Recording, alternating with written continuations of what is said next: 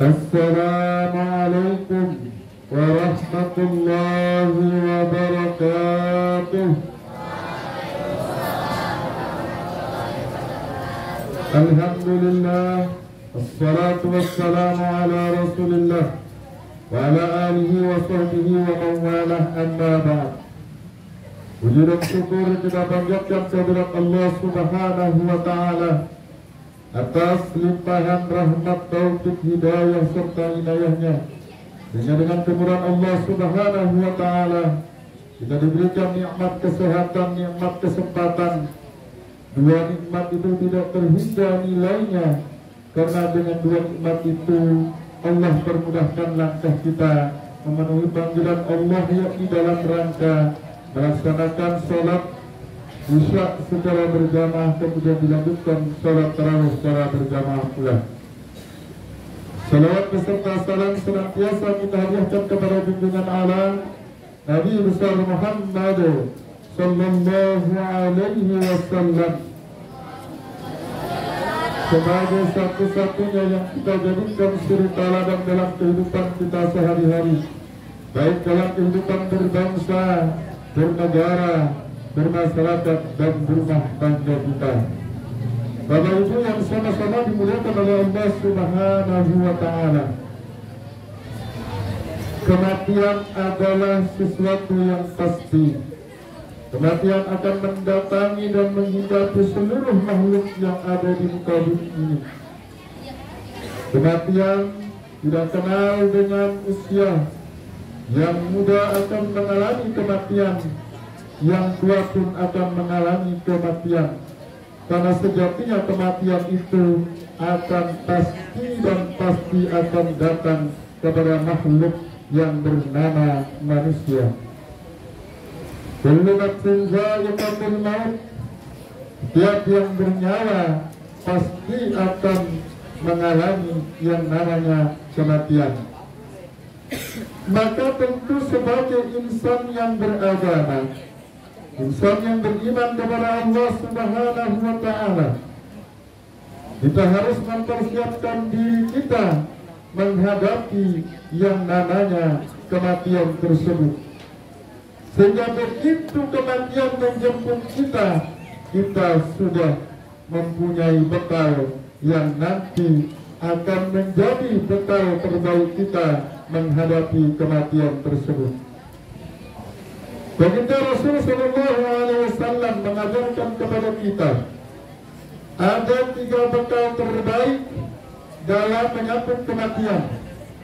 Baginda Rasul bersabda, wala Rasulullah sallallahu alaihi wasallam, idza mata ibnu Adam inqata'a amaluhu illa min salasin, sadaqatun jariyah, aw ilmun yuntafa'u bih, aw waladun salih yad'u lah.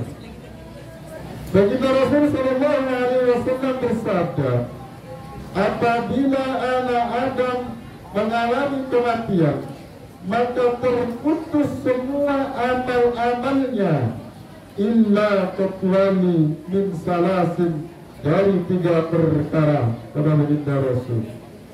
Lalu apa 3 perkara itu yang tidak akan terputus sampai kemudian kita dimasukkan ke liang lahat? Yang pertama kata baginda Rasul, sedekahun jariyah, sedekah jariyah. Itu yang tidak akan terputus sampai kita meninggal nanti. Harta benda yang kita tinggalkan paling akan mengantar kita sampai liang lahat.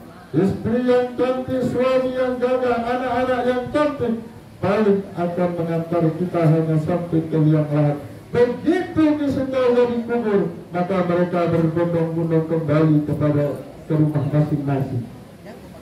Saudara yang kita bangga-banggakan, sahabat yang kita bangga-banggakan, pangkat jabatan yang kita bangga-banggakan, tidak akan menemani kita di liang lahat di dalam kubur nanti. Karena baginda Rasul, hanya sedekah jariyah yang akan menemani kita. Maka kalau kita memiliki harta benda yang cukup, sedekahkan ke jalan Allah Subhanahu wa ta'ala.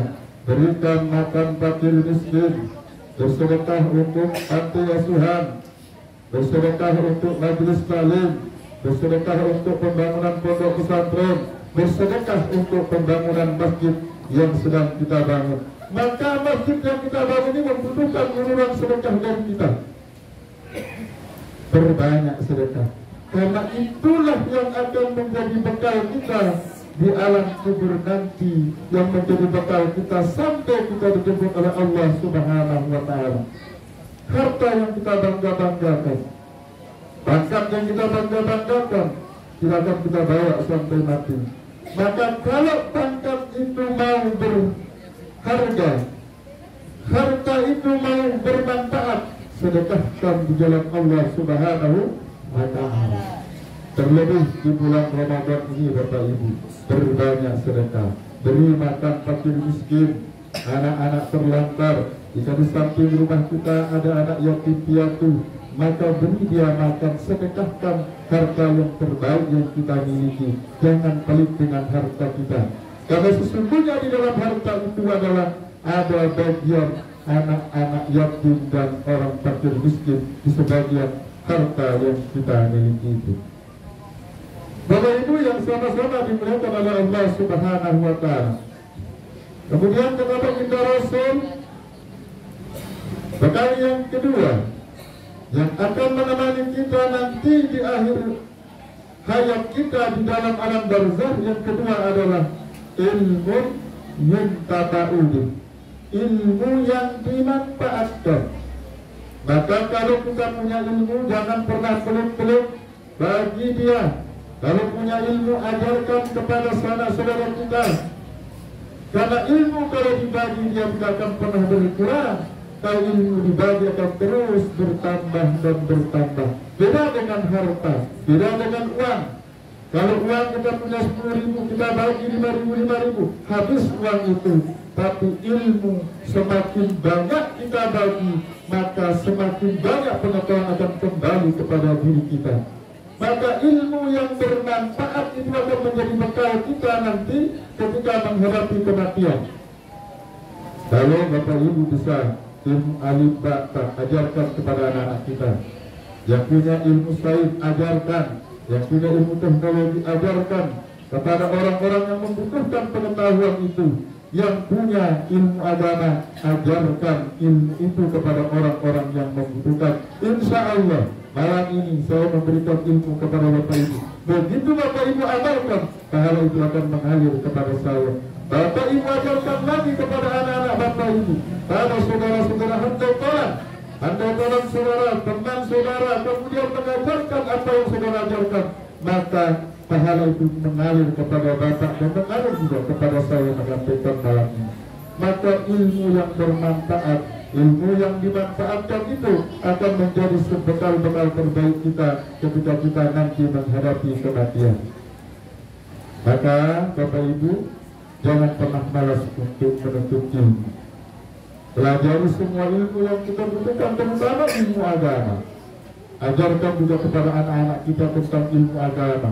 Setelah kita ajarkan kepada anak-anak kita ilmu agama, baru kita ajarkan tentang ilmu sains, tentang ilmu teknologi. Karena bekal ilmu itulah sesungguhnya menjadi warisan terbaik yang bisa kita wariskan kepada anak keturunan kita. Bapak Ibu yang sama-sama dimuliakan oleh Allah Subhanahu wa Ta'ala. Kemudian begitu Rasul melanjutkan sabdanya, bekal yang ketiga yang akan kita bawa nanti sampai kematian kita, sampai yang lain adalah waladun salih yad'ulah, anak yang saleh yang senantiasa mendoakan kedua orang tuanya. Betapa bangga dan bahagianya kita ketika memiliki anak-anak yang saleh dan salehah, yang setiap waktu sholatnya dia mendoakan kedua orang tuanya. Maka Bapak Ibu, untuk menciptakan, untuk membentuk anak yang saleh dan yang salehah, syaratnya kita sebagai orang tua juga harus menjadi orang tua yang saleh dan salehah. Tidak mungkin kita menciptakan generasi yang saleh dan salehah sementara kita sebagai orang tua bukan tipikal orang tua yang saleh dan salehah. Maka salehkan diri kita dulu, solehkan diri kita dulu, baru nanti kita akan bisa mensolehkan putra dan putri kita. Kalau kita tidak bisa, maka sekolahkan dia, ajarkan dia tentang ilmu agama, ilmu pengetahuan, masukkan dia ke majelis taklim, masukkan dia ke pondok-pondok pesantren, agar ilmu-ilmu yang dibutuhkan untuk mengarungi kehidupan ke depan dia memiliki bekal yang cukup. Karena kalau anak sudah kita sekolahkan dengan pendidikan yang terbaik, maka kita orang tua tinggal memetik hasilnya. Begitu dia sudah dewasa, dia akan mendoakan kita. Begitu kita tidak ada pun, doa-doa itu akan terus mengalir dari lisan-lisan anak-anak yang soleh. Selesai sholat, dia akan mendoakan kedua orang tuanya. Dia akan memberikan sedekah untuk nama orang tuanya. Dia akan mengimbangkan harta atas nama orang tuanya. Seluruh aktivitas dalam kehidupan sehari-harinya dia akan sedekahkan untuk almarhum ayah dan ibunya. Maka tugas kita sebagai orang tua adalah menciptakan generasi yang soleh dan solehah. Syaratnya tadi adalah kita harus menjadi orang tua yang soleh dan solehah. Mudah-mudahan 3 bekal yang disyaratkan oleh baginda Rasul ini kita miliki. Kita senantiasa menjadi orang yang rajin bersedekah. Kemudian kita memiliki ilmu yang selalu kita manfaatkan, kita berikan, kita ajarkan kepada orang lain. Dan mudah-mudahan kita dikaruniai oleh Allah anak-anak yang soleh dan solehah, yang senantiasa akan mendoakan kita, yang di saat kita membutuhkan doa-doa anak kita itu. Amin amin ya rabbal alamin. Demikian yang bisa saya berikan. Mudah-mudahan ada manfaatnya. Mohon maaf atas segala kesalahan. Hadanallahu wa iyyakum ajmain. Wallahul muwaffiq wal hadi ila sabilir rasyad. Wassalamualaikum warahmatullahi wabarakatuh.